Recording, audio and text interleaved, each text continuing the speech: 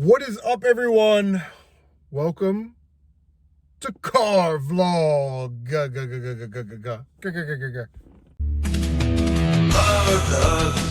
yeah, gonna make a video in my car now. Car vlog.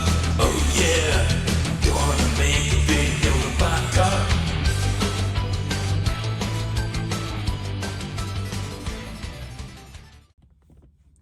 That's right. Here we are, Car Vlog. Adam asked a question about how I felt about DLC in games.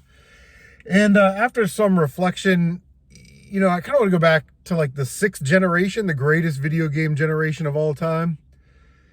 Online gaming was really in its infancy. They had little adapters for some of these consoles, and you could play like EverQuest Online or Phantasy Star Online or something like that. But it wasn't to the level that it is now, right?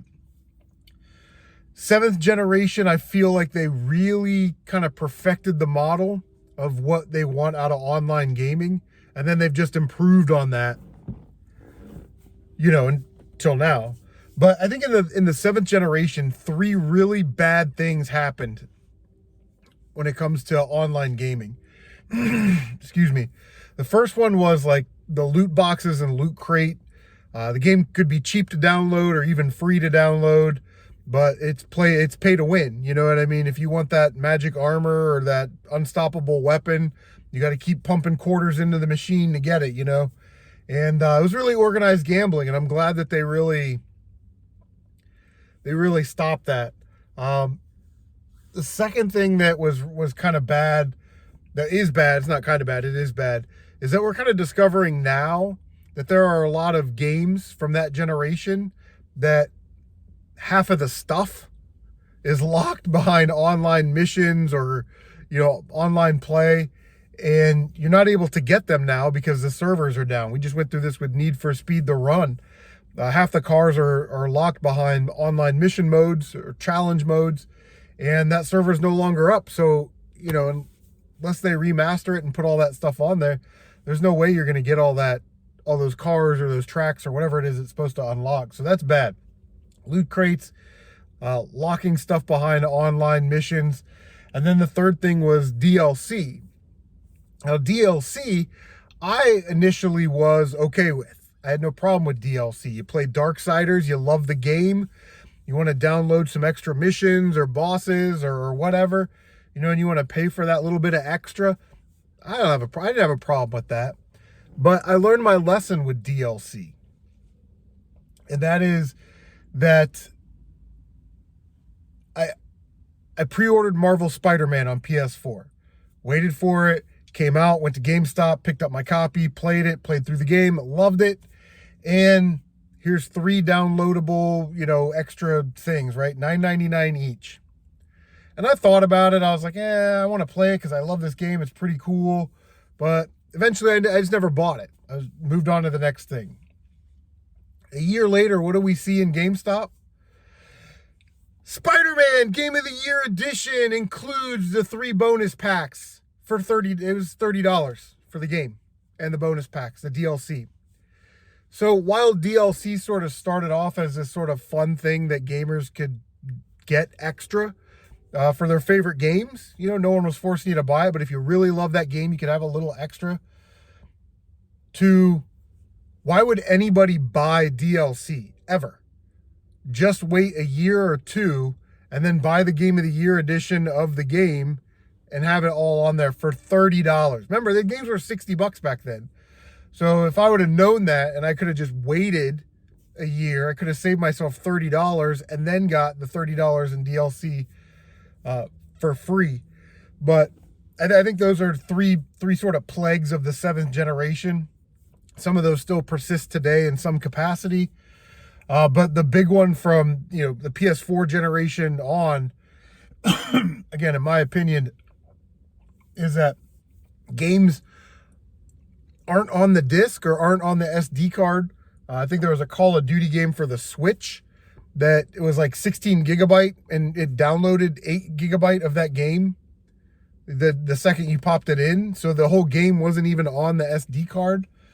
Games like Spyro Reignited Trilogy only the first game is on that disc. The other two you have to download.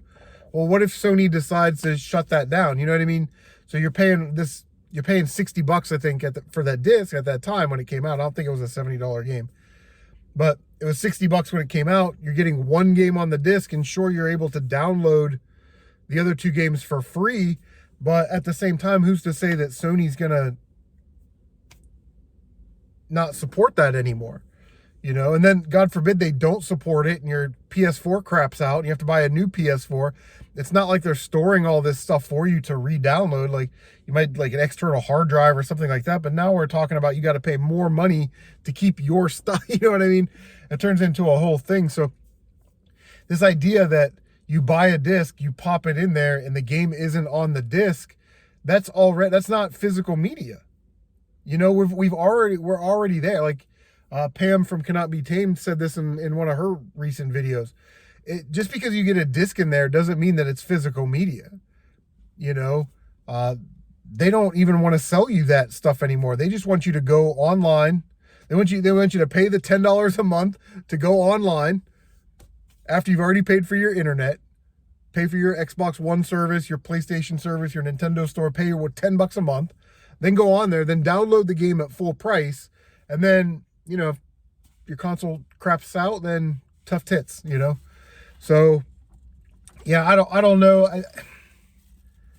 It's crazy because at some point I do like DLC. I don't really mind the DLC, but I would never pay for DLC. You know what I mean? If somebody wants it, then sure. I'm just going to wait for the games to have it on there at GameStop, you know, and hopefully they're still on the disc. That's why, you know, we try and find these games, especially in that 7th generation, that have everything on the disc, right? They came with, you know, the game, all the extras, the DLC's already on there. Some of these games like Days of Thunder on PS3, pretty uncommon, has the actual movie Days of Thunder on that one Blu-ray disc. It's pretty special. There's a couple others like Lego Batman that actually came with a DVD or a Blu-ray movie with the game, you know? So it's like you're trying to preserve this physical media because these companies don't care. They're going to sell it to you one way or another. And the cheapest that they can manufacture it, that means higher profit margins for them, happy shareholders. I would boycott. I'm going to boycott online only, download only. I have so many retro games and I'm good. I've got enough games to last me 10 lifetimes, you know? So anyway, those are my thoughts on DLC. I like it, but it's just not for me, I guess is the short answer. And if I want a game, you know, Last of Us 3, I'll buy that one. You know, that's the one I'll probably buy day one. But, you know, Spider-Man 2 or something else that I enjoy, I'll just wait for the DLC to come out on it. But anyway, we got our movie list. We'll go with number 9 on the randomizer, which is number 6 on my list. Okay, USA. Bloodsport, man. Bloodsport. What a movie. I used to love that movie. It was on HBO all the time when I was a kid. I watched it at my grandparents' house. So many quotable lines. Jean-Claude Van Damme plays Frank Dukes, who goes through this Black Dragon Society underground full contact martial arts tournament and whips a bunch of ass. Come to find out, Frank Dukes lied about all of that. He claimed to be in the CIA and claimed to be like the A-band. I got to register these hands in 19 countries because they're lethal weapons kind of guy. You know what I mean? But back in those days in the 80s, late 70s and the 80s, there was no internet. There was no real way to like check on that stuff. So someone would make those false claims. And if their bullshit sounded halfway decent, you just kind of went with it, I guess. But yeah, sometimes I'll go down that rabbit hole on YouTube of like fake martial artists or why the Galactic Empire was right all along. Well, you know what I mean? Just stuff like that. But yeah, Bloodsport, man. What a movie. What a movie. I don't know what to say about it. Great soundtrack, too, you know, underrated soundtrack. Great cast of characters, like you really enjoy the characters. Different fighting styles if you're one of those types of guys that likes martial arts. But yeah, Bloodsport, man, my 6th favorite movie of all time. What are some of your favorite movies? Leave a comment down below What do you think about DLC, loot crates, pay to win, all that stuff in video games? Leave a comment down below. Make sure you like, comment, subscribe, share on social media. Don't forget to bang that notification bell so you can stay up to date on all of your CM retro gaming goodness. Guys, thank you very much for stopping by. Car Vlog.